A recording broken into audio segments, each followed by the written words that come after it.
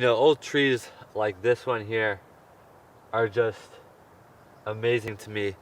And this pine tree in particular, I find it kind of sad because this is a huge tree. I mean, this is a very old tree.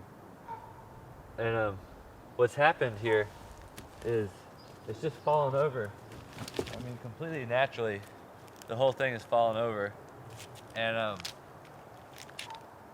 what I think is the saddest part is that this tree is plenty big enough to build a dugout canoe out of. And I am just so tempted to hang out right here in these woods and just start burning out this log and just trying to figure it out.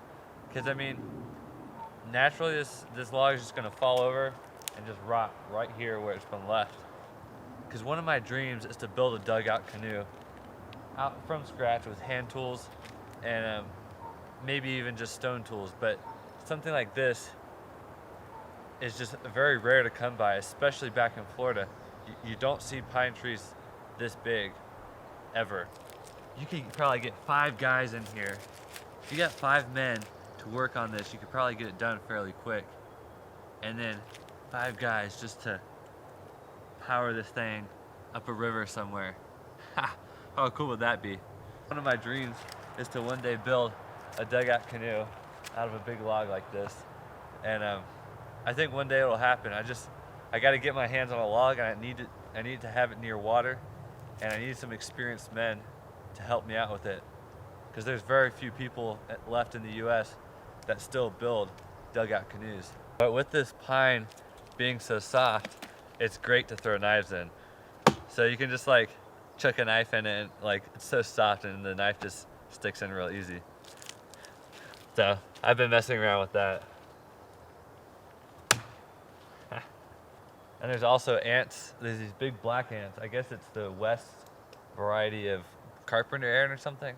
And so they've been crawling around on it. So this is kind of cruel, but I'll just like look at an ant and throw my knife at it. I'm never gonna hit one because I wouldn't just like aimlessly kill an ant, but it's something to aim at, and it's kind of fun. All right, so I've got my resin here, and it's really soft resin. And so what I'm gonna try and do here is I'm gonna try and make pine pitch without heating it up and not using any fire. Now I gathered up some just little coals from an old fire that someone had, and so I'm just gonna grind these up into a powder. Oh, that's looking good. And then I'm gonna mix it with the resin and see how that does. And I figure if anything, I can just go back later and heat it up. Now, if there's any little chunks that aren't completely burned through, throw those out, because that wood isn't going to work very well, because you want the carbon. That's what you want. And basically, when you burn something, it leaves behind carbon. Yeah. So I'm going to go ahead and take this whole chunk off. Also, what I'm going to do is I'm going to cover my hands in the powder, basically so that the resin doesn't stick to my hands. See, now I can handle it and it's not going to stick to my hands. What I want to do is just kind of get a little bit in my hands and just work it around. Now we've got some black putty that smells really good.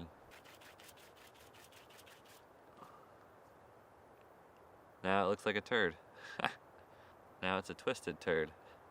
So after mashing this around for quite a while and just keep on adding more and more coal dust, I think I've found out why we always heat it up when we make pine pitch. And basically that's because you can, when it's in a real liquid form, when it's heated up, it melts down and it becomes real soupy. And so you can just mix the dust right in, and it'll go all throughout the mixture. With this, it's I mean, it's still technically a fluid, but as you can see, it doesn't flow, and so you have to manually push in all this powder. Well, it's kind of fun. It's like it's like natural Play-Doh that smells really good. So it's been a fun little experiment. And I'm left with some natural goop that I just made out in the woods. So what's cool about this stuff is it's a non-Newtonian fluid. So even though it's sitting here acting like a solid, if I held it long enough, it would actually flatten down in my hand and fill in the space. And it might even just dribble over the side. But it would do that very, very slowly. And so it's basically, you can compare it to silly putty. Like if you stick silly putty up on a stick like that, you leave it for a few days, you're gonna notice it starts drooping around the stick. And so it's just kind of a cool material that's out here in nature. Wherever you got pine trees, you got this stuff.